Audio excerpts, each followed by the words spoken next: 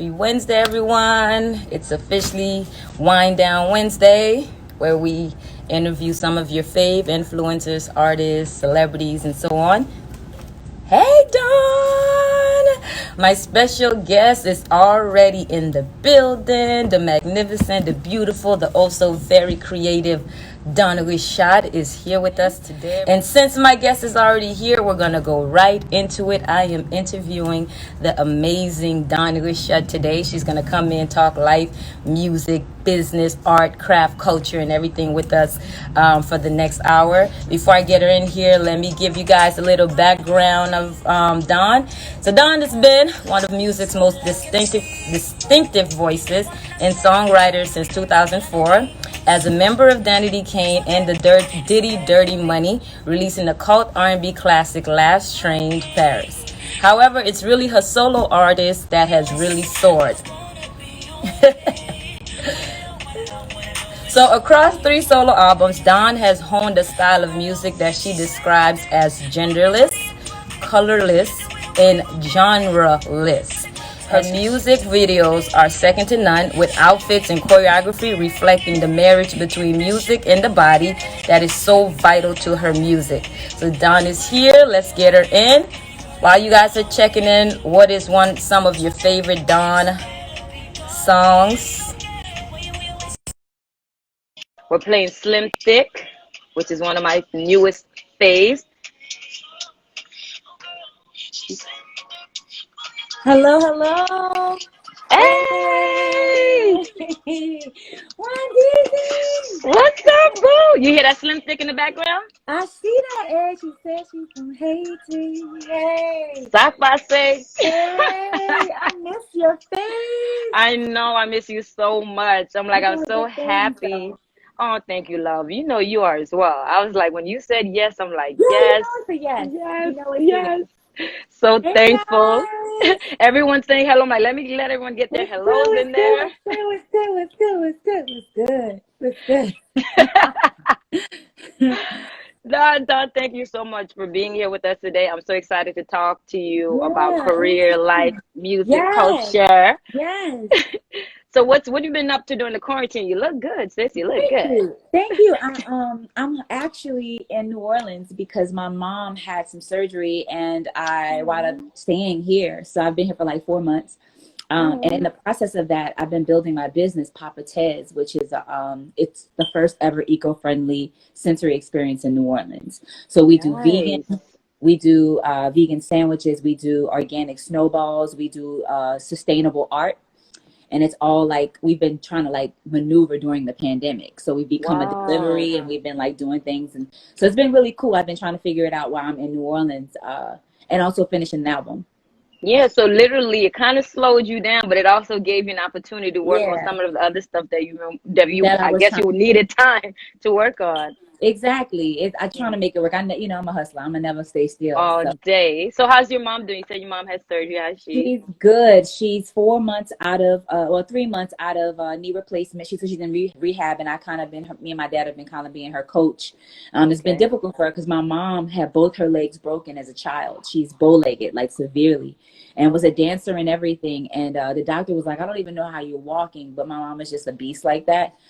So she just needed to have. So she's never had her legs this straight ever.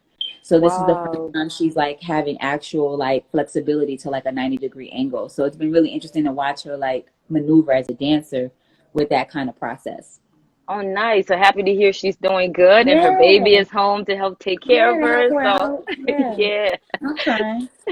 So before we get into everything, we wanted to start off, our interview pretty much talking about young Dawn. You grew up in New Orleans. You grew up in a home of music and dance, like you just said with your mom. So what was it like growing up young Dawn in New Orleans? I was a weird kid, super different. And in New Orleans, everything is jazz and R&B and soul. And I was this rock alternative kid that, had green and purple hair. That was listening to like rock music, but I also had parents who were very much New Orleans parents. They were seated in the culture, whether it was the dance or the music. So I had outlets but both my parents were educators. So they were like, you could do this stuff, but you can't make money in this stuff. So if you're going to do this art stuff, make sure you have an education. So I was more of a nerd, more of that kind of kid. And it worked for me. It worked for me growing up, but it didn't give me an opportunity to have a lot of places to live, because New Orleans didn't really funnel the awkward kid, right? Yeah.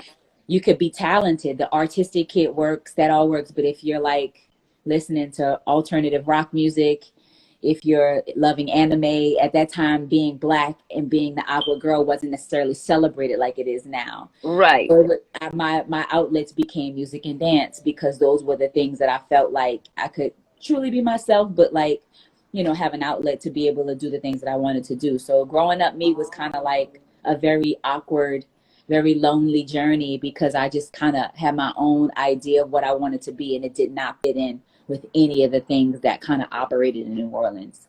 No, I feel like everywhere, at that Yeah, time, because like not listening, being a Black girl, Caribbean girl, Asian girl, right, and you're not right. listening to the same thing and the same music, and R&B is not like the, on Your replay in your computer. go-to, yeah. Yeah, that, group didn't really fit in kind of It's anywhere. cool So now, but it wasn't cool then. yeah, It wasn't cool then, right? So I didn't really know where I fit. So I was just trying to figure out what that lane was for me. And I was wow, lucky enough to figure it out through music and through art. And that was kind of what the outlet was, but it wasn't I never thought it could be my job. I wow. thought it was, I was going to school for marine biology. I was not, music and art was like something of a outlet that I never thought could be my actual job. Wow, because that's what I was gonna ask you now. At what point then did it become like, okay, music is what I'm gonna do and I can actually make it doing this? Was it while you were still in school or when your career took off? So I had, I was gigging because my dad had connects, because my dad Yes. was really popular here. He was in a 70s band, and they were like really, like, they still play my dad on the radio out here. Mhm. So I had outlets, but again, it would be like R&B. Like I would be doing a show and it'd be Fifth Ward Weebie got arrested. So it'd be Weebie, it'd be, all these bounce artists. And then it would just be me doing a pop record, and it would just not make sense with any of the aesthetics that was going. So I was doing it, but then I got an opportunity to open for Anthony Hamilton for a Valentine's Day show. I was 18 years Wow. old, and I brought my dancers. Was my dancers was my mom's dancers in the dancing school. So these were all the girls that I knew. So we were gave a full on show, and it was nothing but chicks in the crowd. And I was like, "Ooh, this could either be really good or really really bad." Because women don't really. If you ain't rocking, women We ain't rocking. right. Women will be like, "Nah, I'm good on you. I just bring Anthony Hamilton out and shut. And we had a standing ovation. And that was like Wow. the first time I was like, well, maybe I could do this music thing. But it wasn't until I wanted to sing the national anthem, and it was so political, and everybody was like, you got to know somebody. And we had the Saints, we had the Hornets. So, me, like, again, my thought process was like, well, if they're not going to hire me, I'm going to try out for the dance team and then get on the dance team, and then I could sing whenever I want to. So I danced and auditioned for the NBA New Orleans Hornets at the time, and made it. And then I got to sing the national anthem whenever I wanted. And so I would sing a lot when I danced. I was the co-captain of in the NBA cheerleaders, and I loved it. I loved it. It was a group of girls that we could date. Like, we were dope. And they were like, "Yo, since you sing, you should try out for this show that's really popular right now called Making the Band." And I was like, "Girl, nobody from New Orleans ain't never been on TV," because at that time, New Orleans wasn't popular. It wasn't Yeah. like we were big. It with Lil Wayne. And It was yeah, I rap. was gonna say, yeah, rap was Master big. P. Yes. It was, but there was like the closest we had to like a pop girl that showed off New Orleans was Kentwood, Louisiana, and that was Britney Spears. We didn't have like a cool representation of like a female outside of, like R&B and soul. We didn't have Yeah. that. So like I was like, nobody's gonna accept me on no damn TV for no. And sure enough, I had never seen the show, but the girls were, our squad was predominantly white. And at that time, I think Puff wanted a girl group, and the girl groups before we did it, when Aubrey and them first got on the show, it was like none but white girls and maybe a few Latina girls. It wasn't colorful. Yeah. And the second season, I think he wanted that color. So I tried Yes. out on a whim. And then that moment, the moment that out of 10,000 girls, 21 girls, I was a part of that. That's when I was like, okay, well, maybe, because I was a senior in college. Yes. I was like 19. I was going through school really fast, super nerd. And I was like, I'll try it. So my Yeah. senior year of college, I made Making the Band. And that was when I knew maybe I could make this a career. And you blew up. The show blew Something. up. The Like, show went crazy. the show Yeah, went absolutely crazy. That was crazy. reality TV before The true reality the TV. true Yeah. reality TV. When you was No, like no a scripts, mouse no. in a white maze. Right. Yeah. So what was that like for you with the background that you came from, and now you're in this space with all of these other people that I guess kind of fit in these spaces that was more common that we were used to seeing, and now you're this awkward kid, but you're in these spaces. What was that like for you, that transition?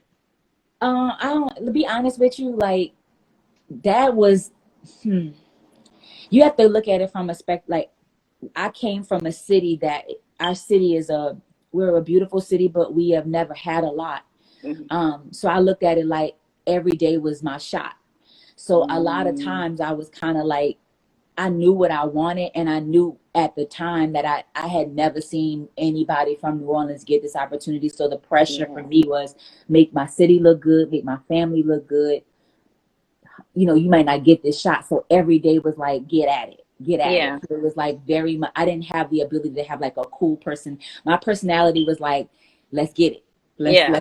So it felt very much like military. Like I was watching what everything was strategic and seeing how my place and what my place was in it, and making sure everything I did was smart, strategic, and like, you know what I mean? Like that I wasn't getting out of that house because Yeah.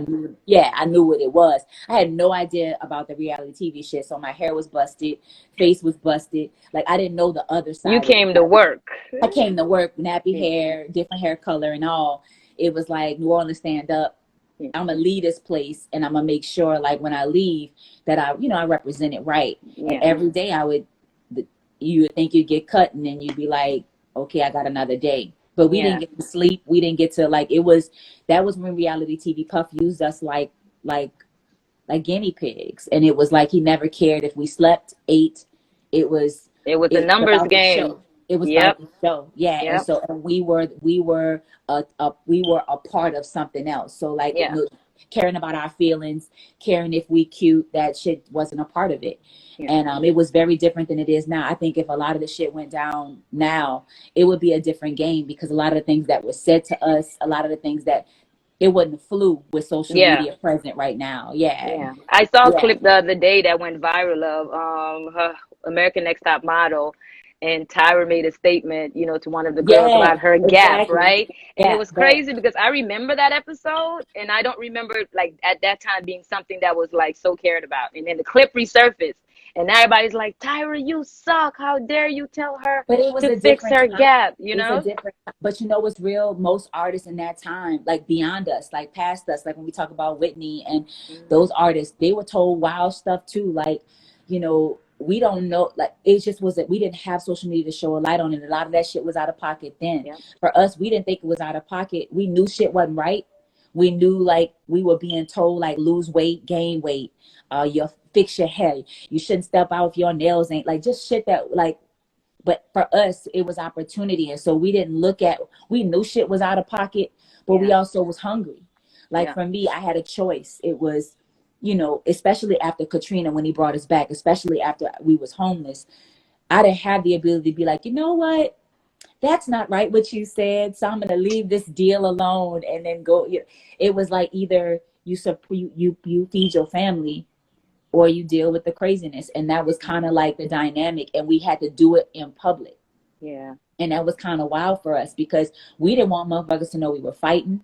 We didn't want people to know we didn't want to have women look like bad on television. So we were succumbing to a lot of stuff to try to make sure we looked a certain way, because we had no control over how we looked.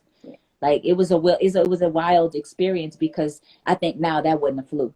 Yeah, no, not at all. Especially what you said with social media. Yeah, nah, A motherfuckers would have been like, secret no, clip or no. something would have leaked somewhere, and it would have been Trump would have over been in for all trouble of that. every week. He would have been in Right. trouble with his mouth every week, because he just learned from a different place. Yeah. And at the time, we had to not only worry about, like, a lot of us was like, nah, fuck that to certain things, but we also had to worry about, there were cameras when we went to the bathroom. There were cameras, like there was always cameras watching us. So I remember that. everything we said went back. Yeah. Everything we said went back. So everything, like everything had to be like it was not like it is now. Yeah. Everything that we said would either catch up to us or would be a strategy to knock us down or pick Yeah. us up. Yeah. So having a voice was definitely not a thing back then, but you were For able strong women, to. that was hard. But one thing for you, like you said, you came to work and you worked. And you Yeah. took the opportunity and you flipped it into other opportunities and were in different groups and everything with Diddy and were able to travel the world and do so much and Yeah. continuing to work. So Yeah. what was that like to have gone through all of that and Yeah. succumb to all of these things and not have a voice and not have much creative control and Yeah. everything? And then you got to wake up and everything comes to a halt. It's over. The groups are over. Like you're not in the Yeah. group. Like, what was that like for you? I had practice because he did it one time before. He did it with DK, and so when he went back with Dirty Money, I wasn't prepared, but I had experienced what that halt felt like. Yeah. But after that, I just didn't want to go back to that. You know, I didn't want to keep putting my career and my life in somebody else's hands that didn't love it the way I did. And again, I'm hella thankful for the opportunity, but I also feel like it's imperative that you take the reins on your life and never have anyone stop the shit that's your own dreams. And Yes. I felt like I was working so ridiculously hard and being super loyal. And it wasn't coming, like my career was stopping and not on my behalf, like Yeah. not on my fault. And I didn't like that feeling. So after that, I said, the next time I fuck up or the next time something happens, it's going to be on me, not on anybody else.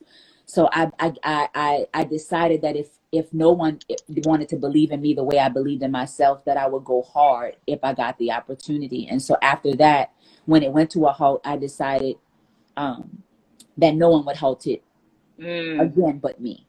Yeah. And I never stopped after that. So once that finished, I took my solo career and I decided to design it the way I wanted to. And I never really gave a shit if people got it. I never really cared if it wasn't the conventional way. I did Yeah. the conventional way. I Yeah. did it twice.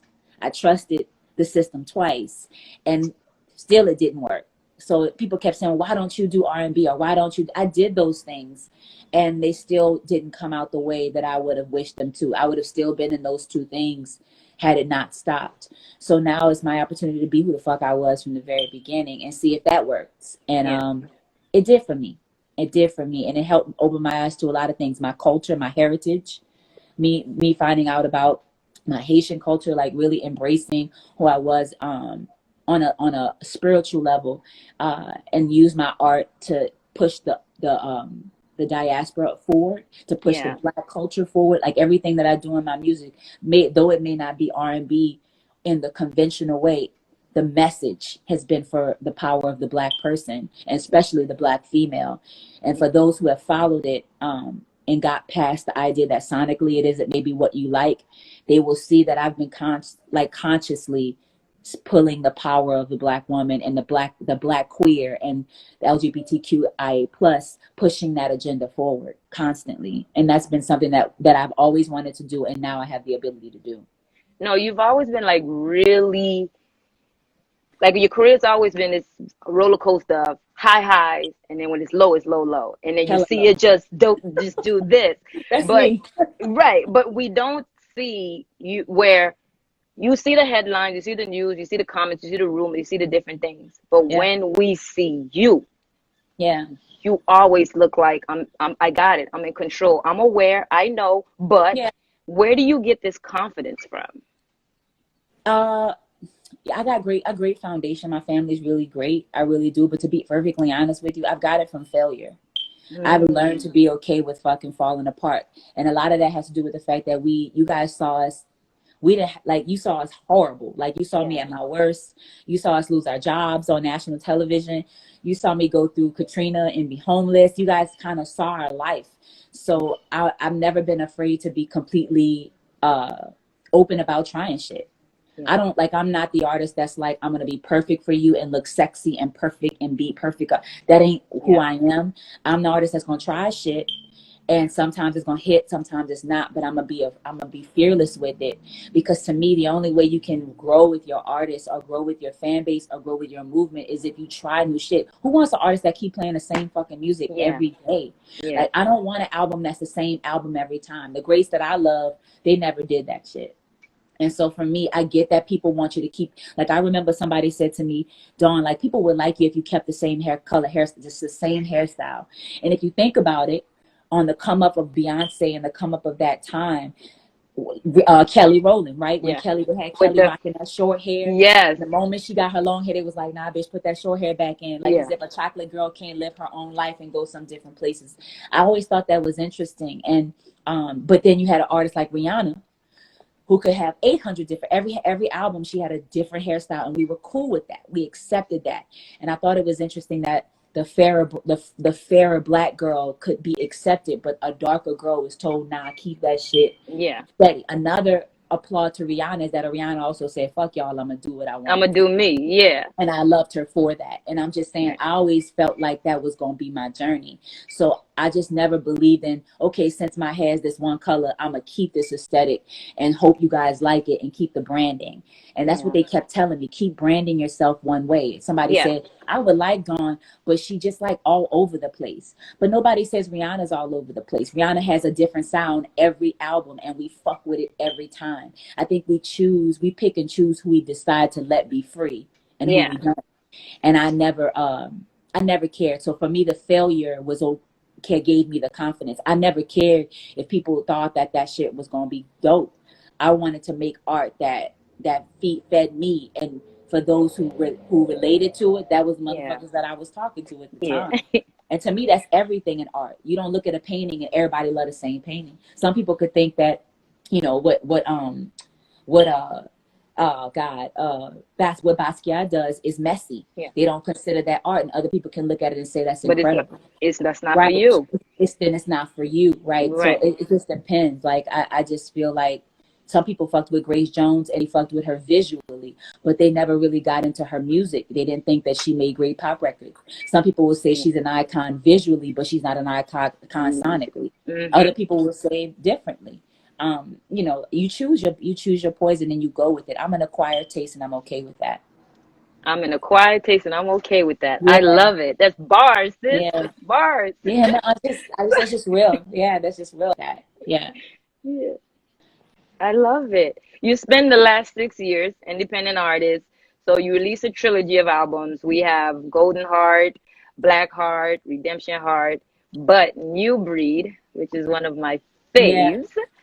It's loud, it's Good, good. raw, it's versatile, and it speaks to like all of these different topics, Hmm. right? Even with everything that you said, your Yeah, willingness to come out and be creative, have your own voice. Were you worried that was going to be too yeah. much and too hard for people? I worried it'd be too ahead, and here's why: because I Mm. was in a group, because Dirty Money was ahead. The Last Train to Paris is to me one of the best albums I've ever been a part of. And though I'm not a fan of a lot of the shit that I've gone through, I will never negate the dope. I was proud to be a Yeah. part of it. Um, and I knew that once I experienced artists like Kalina and artists like Puff and that aesthetic, being with those Hmm. types of people, you know, vocal producing with Jones and doing that, I wasn't gonna be able to turn back. I knew that. And so after that, I was worried that I was so fed in that space that I knew whatever my solo stuff was going to be. I was worried. We were already 20 years up. I was worried my solo shit was going to be extra 30 years. And the first, you Wow. know, Golden Heart it was Yep. severely ahead because we were doing sonically something that R&B really wasn't touching. Uh, and I knew that that would be uncomfortable. By the time I did Black Heart, I was like, I'm good. I'm just gonna go because I knew I was afraid at Golden Heart that I'd be too ahead. And then after that, I said, I'm just gonna fucking live in 3020 and be okay with that. Um, and as I realized, a lot of greats have done that. Like to me, we have underestimated Khalees. We've Yeah. underestimated Santiago. We've underestimated beautiful black women who have like Khalees is billions and billions Yeah. of time light years ahead, and we still haven't really respected what she did as a black artist in pop culture. So I was worried that it would. be too ahead, and then after a while I said, well, fuck it, we just gonna live in this space. And like we just did that. And so that was my worry at first, and then after a while I just didn't want to conform. I didn't want to have to stifle it when it was Yeah. coming out of me in a way that I felt was honest. Yeah. So I did have to sacrifice that I wasn't mainstream, and I did have to sacrifice going from massive stadiums like Dirty Money. We were performing on David Letterman and American Music Awards, and Coming Home was one of the biggest records with Skylar Grey, and going from that and getting budgets that were $550, $600,000 a video, to having to create a video for $5,000 with VR with nothing. That was hard for me because I had the expectation of what I was in, and I had to create the same thing in an indie space. And at the time, indie wasn't cool. Yeah. It wasn't like it is now. And I was trying to do that with no budget and no support system, because all those people that were around me during Dirty Money and Daddy Kane were not around me for my Yeah. solo project. They all left. Right. Did they even understand you and where you were going? I'm gonna be real with you. It didn't matter. I wasn't around Puff, and to me, people are always surround themselves around people that can give them opportunity. I didn't have leverage anymore, right? And I don't take that as an offense. That's just the game. If you don't have nothing to offer people, they're not fucking with you. So to be honest with you, when Puff's name got off me, everybody else got off me too. And that was a hard one for me, because all the people around me was telling me we were dope. You're dope. You're the dopest thing. This is ill. We were writing all these records for Dirty Money. And in the moment that those people weren't around anymore, those phone calls were not there. And that was a bit hard for me, because I had spent 10 years with all this greatness. And then I was like, and then I realized, well, fuck it. If they don't believe in me, I'm going to believe in me. And so every album, I believed in me a little more. Yeah. And then I got really used to blown on that journey. And then I got really comfortable with figuring it out. And after a while, I didn't feel alone. I just felt like a bitch had had her circle. So I didn't feel alone. I felt like I was shaping the people that were going to be true to me.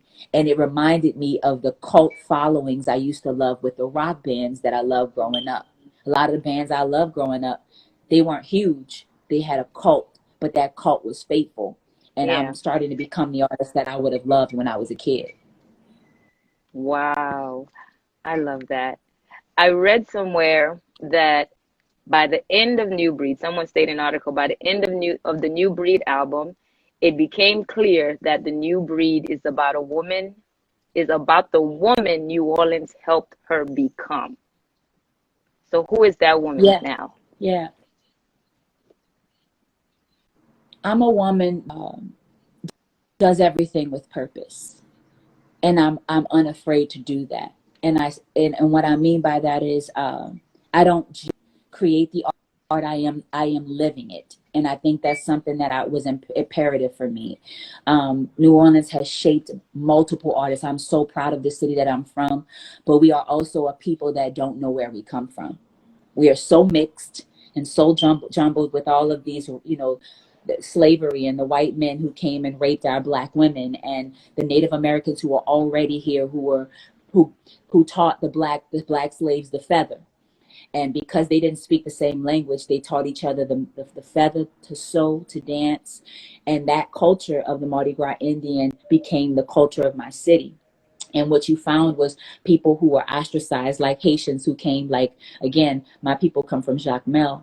And you could see that all those pots, those people came together and created this legacy of people that may not have had a lot, but they had the ability to survive in a way with pride. And New Orleans has made me this woman that can go through everything but survive and dance through it all, right? This kind of, and so it's a confidence. There's a cockiness to New Orleans, right? There's a cockiness that in the midst of our poor, we are still the motherfuckers, right?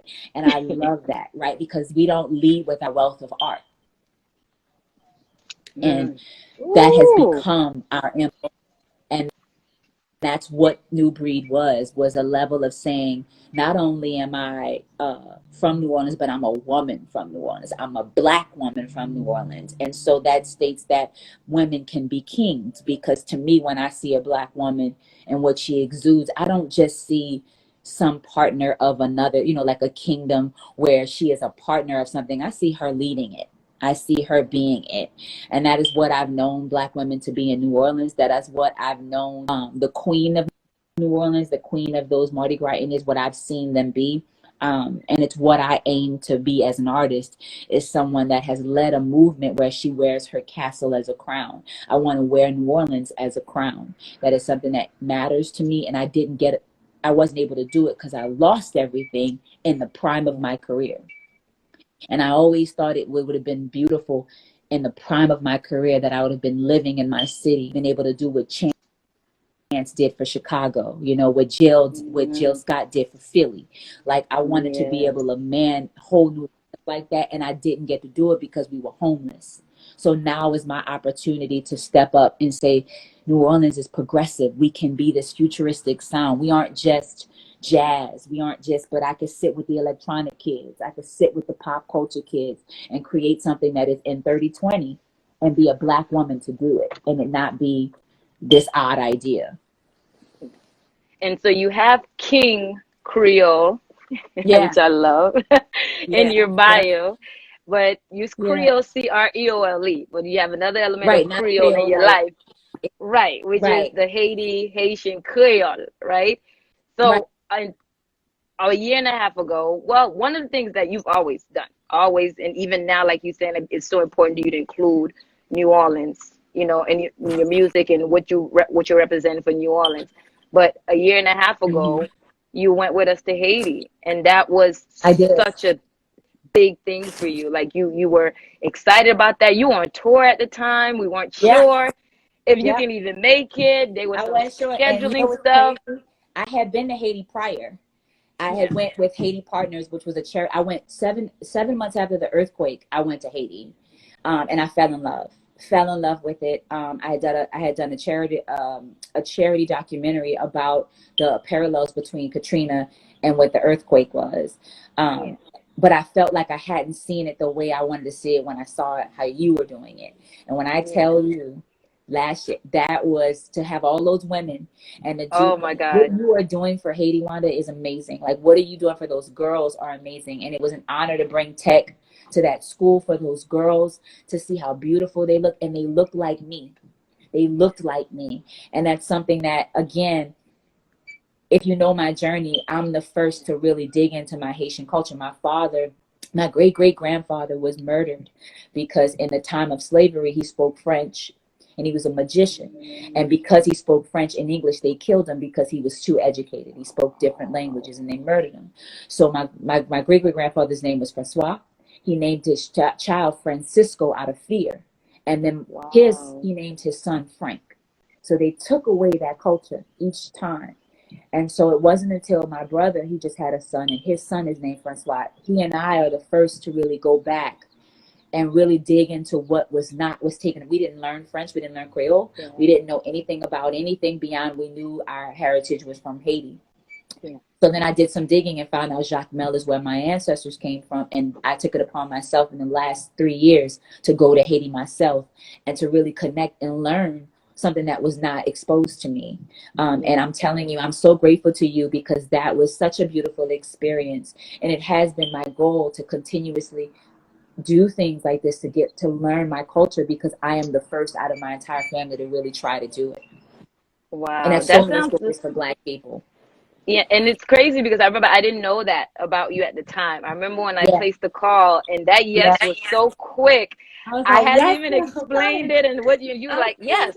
And I'm like, oh my gosh. And then I remember at the time you were on tour. You literally got off the stage and flew straight. You came to Fort Lauderdale, hadn't slept. Then we landed in Haiti. I remember we took like a barely shower. We ate a little bit, and then we went to the school. And it's great. Went straight to the school with the kids, and everyone was so tired, but no one cared. Like, we didn't care that we were tired. The kids was like so amazing and the welcoming. And I remember just watching you, and the other 7 women that was there with me, and just watching what it meant for you guys to like be there. And for me, that's what Haiti's been for me. That's what the experience has been. Like, Leon Seat was started because similar story to yours. And once I reconnected, I was like, no one's ever taking this away from me again. And I remember standing there watching you guys, and the rest of the weekend, watching you connect and learning their history and being so indulged into the culture. It was like we were there and we weren't leaving. It didn't feel like we were leaving, because you guys were so into everything that was happening. And we went I think one of the most important memories for me is we always talk about how Haiti's history and culture is so important to Black history. So Man. important. And the Is fighting right. Haitians, right? The how they were wealthy, they were wealthy, and they were taking Yeah. the story, like it explains so much of our culture, of the pride.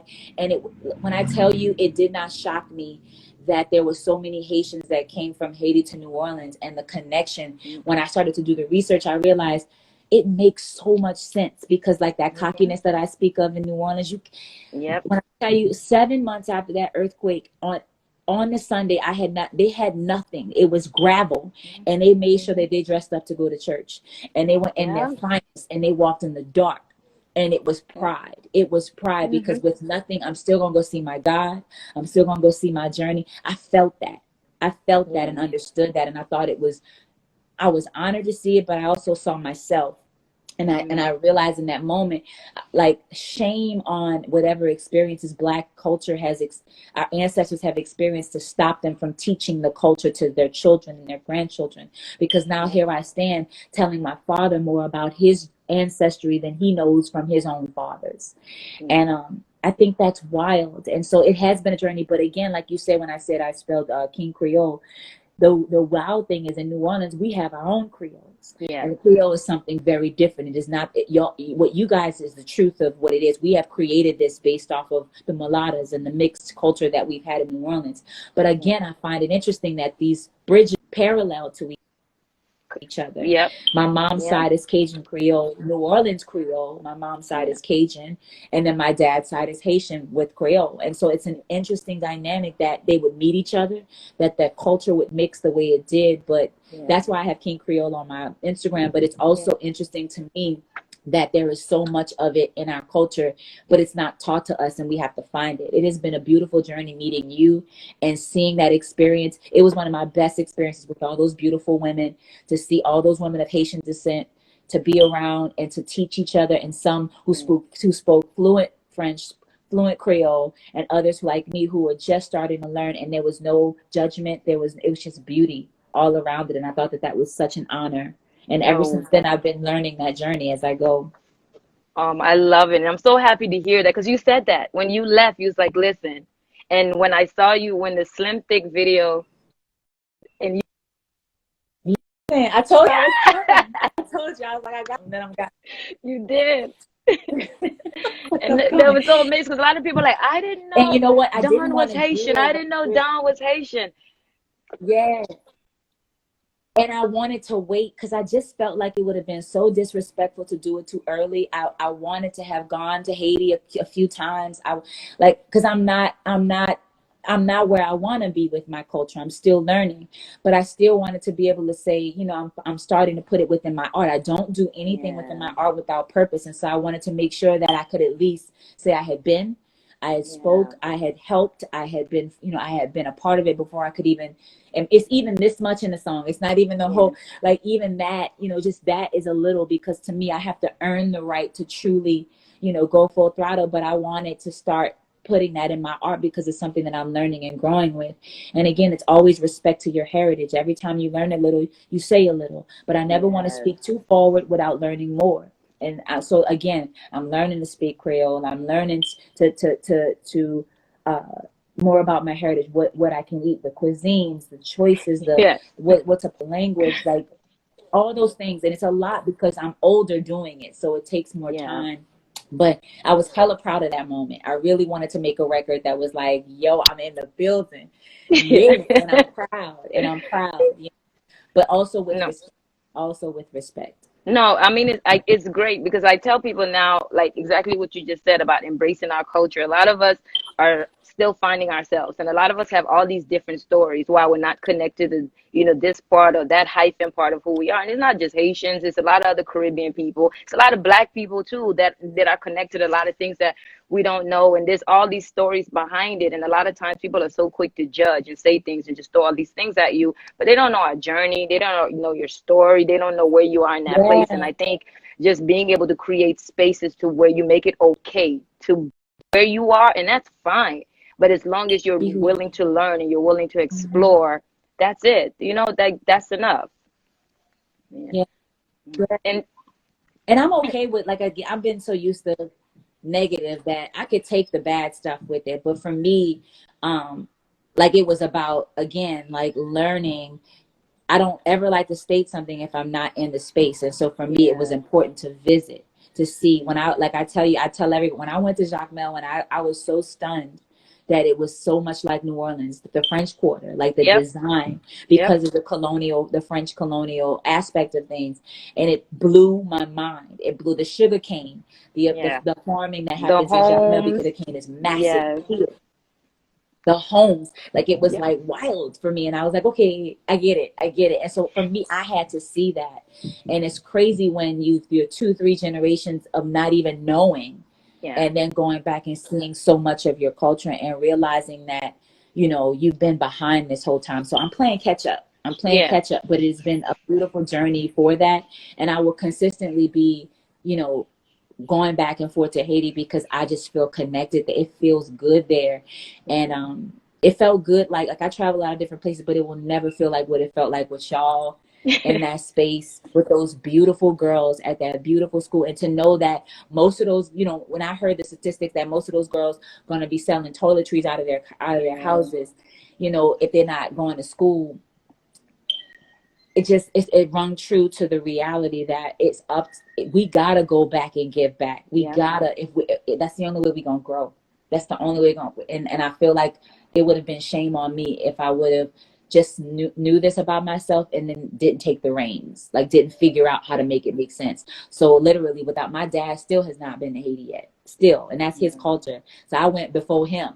I found out, and I was yeah, like, look, I gotta, like, I get your journey, because my parents are old school, but I was yeah, like, nah, I get your journey, but I gotta know. Like, yep. I gotta know. Yeah. Yeah. Remember, I told you, look, all the times I've been back, I went back on my own, didn't go with my parents. All these years later, with Leon Sweet and everything I've done, every time I got to go, it's still, are you sure? Man. Are you sure? Is that where you want to go? And I go and I have an Yeah. amazing time. And on the way back, they want all these goodies. You have And then when I shown have to go back beauty. again, it's like, You are have you shown sure? us hate in such a Yeah. beautiful light. You have done such an amazing job.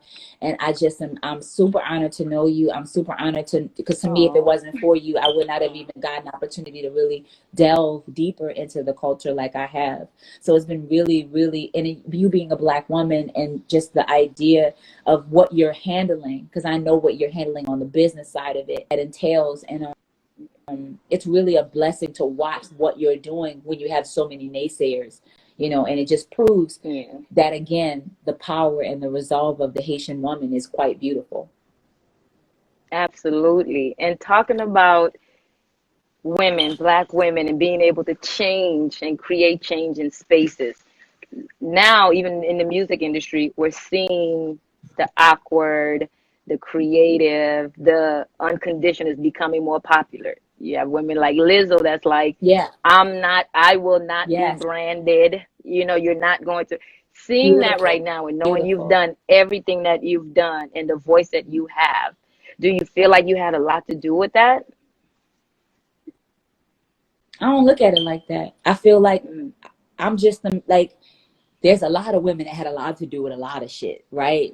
Like, there is so many women that have laid groundwork, from the Angela Davises, you know what I mean, to, like, the Grace Joneses, like I said, to Donna Summer. Like, I could go, like, to man, oh man, Maya Angelou. Like, we could go on and on to all the women. I'm just one of, I'm such, they're before us. What I can say is that I know that my journey was, what I've always wanted to do is leave a legacy, that if I left a few rocks down, if I left some pavement down, it could make it easier for the next person. I knew taking this road would be difficult. And I knew that if it could make it easier for anybody else, and I had done my job, to this lane would be hard. I never looked at it like, now because of me, these women can do it. Because, to be honest with you, the women before, if Khalees didn't walk, I wouldn't be able to run. And before her, if Donna Summer didn't sing, Khalees wouldn't be able to be what she is, and then so on and so forth. Like, we could go on and on about how women have laid pavement down for us to rock. And so I don't look at it like that. I'm just happy it's here. I'm happy we're getting to that place. And if I made a road a little bit easier for somebody, then we Gucci. Like, I knew it wasn't going to be easy, and it's still not.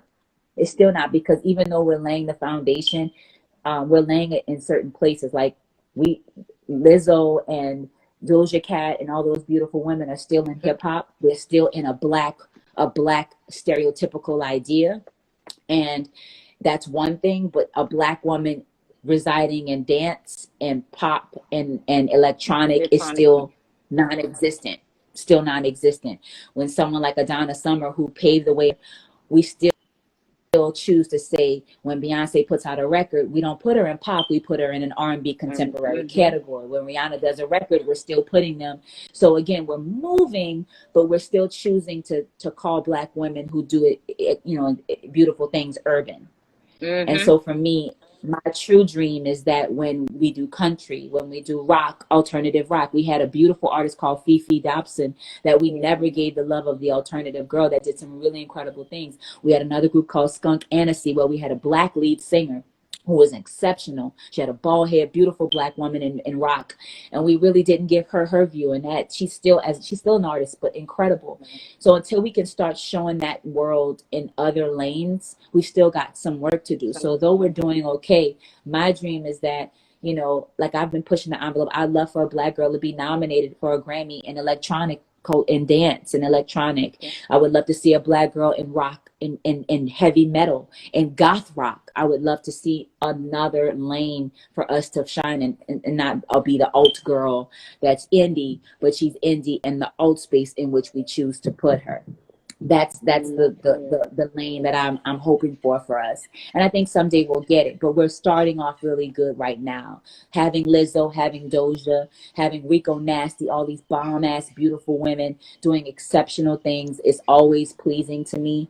And I'll always support every beautiful woman that's doing it. But I will say the lane that I have been trying to push forward we've still got some work to do, because people are always uncomfortable when they see a brown woman in a lane that they ain't never expected to see that lane. Black women are very dangerous for people because they're powerful. And I would love to see the day when we accept more black female DJs, more black female producers, and we put them in the same, like, we still call Missy Elliott a rapper, when to me, she's on the same production level as any other dope ass producer. Let's talk real shit. Let's talk about the truth of that. We're still not set. Yeah. And that's something I think you can put her in any room. It wasn't just a great rapper. She was a pop culture producer. That she built things. She was a contractor with the beat. And I think we need to stop acting like we're not acknowledging those things, right? And that's just something that I'm watching as we progress. And I would love for us to have more of that around. Like, we don't have all female festivals. Yeah. Like, we still don't have females on the bill where they're headlining black we DJs. Definitely need more categories at these award shows. Well, we definitely need an independent category. We need an independent awards category for independent artists. There's a lot of things that are lacking that I feel like I've got work to do. So I can't even look at myself as laying any groundwork, because we still got shit that needs to be done. So for me, I'm just looking to push that agenda forward, even though that's beautiful. Lizzo was signed to Atlantic Records when Juice came out. That single was signed to a major label. So there's still it wasn't as indie. Like, when she had nobody, motherfuckers wasn't listening. I want motherfuckers to listen to people when nobody's around, because that black woman should have had respect then, not when a label touched her. So that's why we got a little bit more work to do. But I'm happy where we are. I love those women. They look good where they at, and I hope they keep breaking ceilings while they're doing it. I really do, because we need it. Where do you find your inspiration? What inspires you? Man, everything around me. I'm a huge fan of the book. I'm a literature buff. I love to read, and I love art. I'm a painter. I illustrate, and I love the old heads. Everybody who knows me knows Gustav Klimt is one of my favorite painters. So I kind of, if I can, contemporary art has always been something that I needed to have. Another one for me is Dali. Salvador Dali is like another one that I just find beautiful. Frida is another one. I love Frida's earlier work. before she was injured. But I have a lot of inspiration through the book, through the authors. I grew up loving Edgar Allan Poe. My grandmother had a PhD in library science. So I grew up smelling the book, living in the libraries. And when I would leave school or had half a days, I'd go to the library and stay with my grandmother, and I would be, like engulfed in all the ideas of fantasy and sci-fi and loving Bronte and Austen and reading about romance and the ideas of William Blake and Sumi and reading these incredible ideas of what the possibilities could be. And so literature became something of a necessity for me, being with my grandmother all the time. And then going from there to painting and illustrating, it kind of first it started out as anime and manga and living in Japanese culture, and then it kind of bled into something more from there. And that's kind of where I get my inspiration from. I usually, when I do records, I already see visually where I'm going. Yeah. Always. Yeah. You can always. tell. Creative, Yeah. you can tell from your videos, your costume, the design. Everything always looks so well thought of. And like you say, I guess 30/20, because it always looked very, Yes, I hear ahead of our it. time. Yeah, and it's funny because no one thinks of New Orleans as such an interesting place. When you come here, people always feel like you're going back in time, right? Because Yeah. visually, New Orleans has this kind of old. But for me, when I come here, I always think, what would it be in 4030? Like, what does that look like? Because we have so much culture and heritage. It would still be a juke joint, but it'd be a juke joint in 4020. What does that look like? And no one really thinks of New Orleans in that aspect, right? They never think New Orleans could fit that space. But there is a space there to show people that, New Orleans is so much more than that aesthetic. We have a whole other aesthetic that's just as fly, and I could still add Mardi Gras Indians and still add, our culture to it, but make that shit look so ahead of its time. Because that's just how I see the world. I see it for what it can be, the possibilities. Like, to me, that's art, is to show people the possibilities. Love it. Yeah. And we can't let you go without Yeah. talking a little bit of music and what's going on. Because I feel like you kind of teased the new album when you first came on. Yeah, I And got we're like, my, let me make sure I don't forget that, because I heard it. yeah, New album. it's What do you have done. in the work? It's Yeah, done. it's done. Yeah. It's been sitting for a minute. I have an incredible producer that I've been working with. I had an idea, and I'm inspired, and I really love where New Breed was, but I want to go further. And we did something really magical with this, and I'm not going to say more than that, but it's visually already started being outlined, the story, but it's going to be in dawn form. I'm going back to the times of Blackheart and the experimental choices that I'm going to do, and the times of how I spent a lot of time on the visual. Blackheart, I spent a lot of time on the visual aspect of things, and this project is going to feed off of that, because we have been in dark times, and so this feels like a fall, but I'm falling with a confidence that I didn't have before.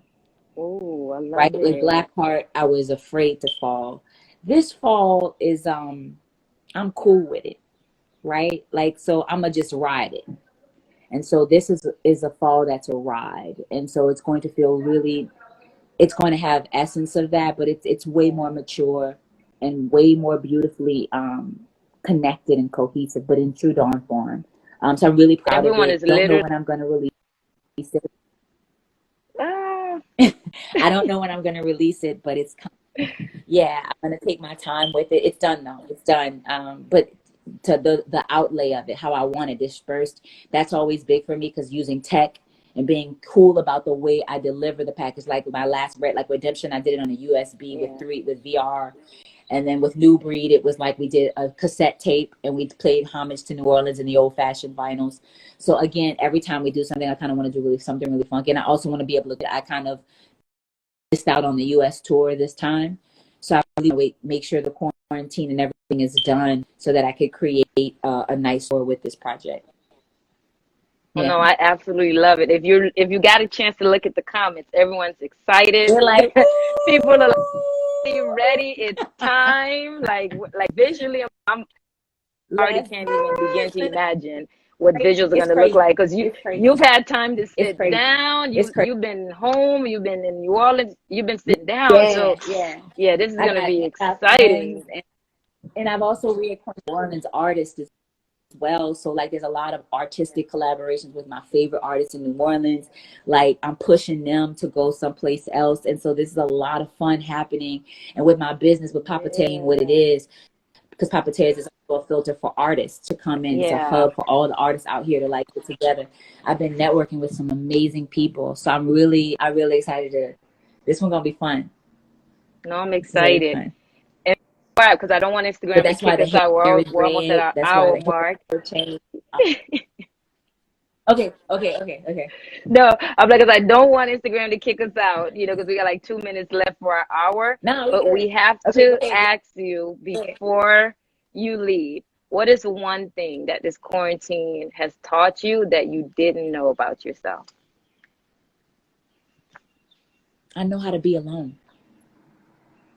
I know how Mm, to be alone. I know how to love myself enough to be alone. And I'm quiet, the stillness. That's a hard thing to do, to be alone with yourself. yeah, yeah. I've been And liking it. you talked a lot about I've that been at the liking it. beginning of the interview about the being lonely and being alone and growing up alone. So to hear you say now you're in this space now where you are okay with it is Come on, that's catch powerful, sis. it. I'm okay. I That's like it. I powerful. like it. Yeah.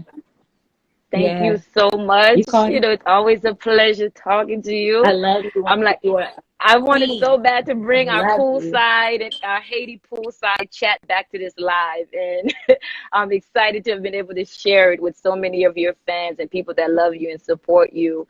And, I'm so grateful for you, your art, your work, and what you represent for all the cultures that you bring in your music. And we just love you. I love you too. Thank you for always giving me a platform, Wanda. Thank you. Love Oh, so I see our internet y'all. segment. And on that note, guys, good night. Thank you Hearts. to everyone that tuned in. Love.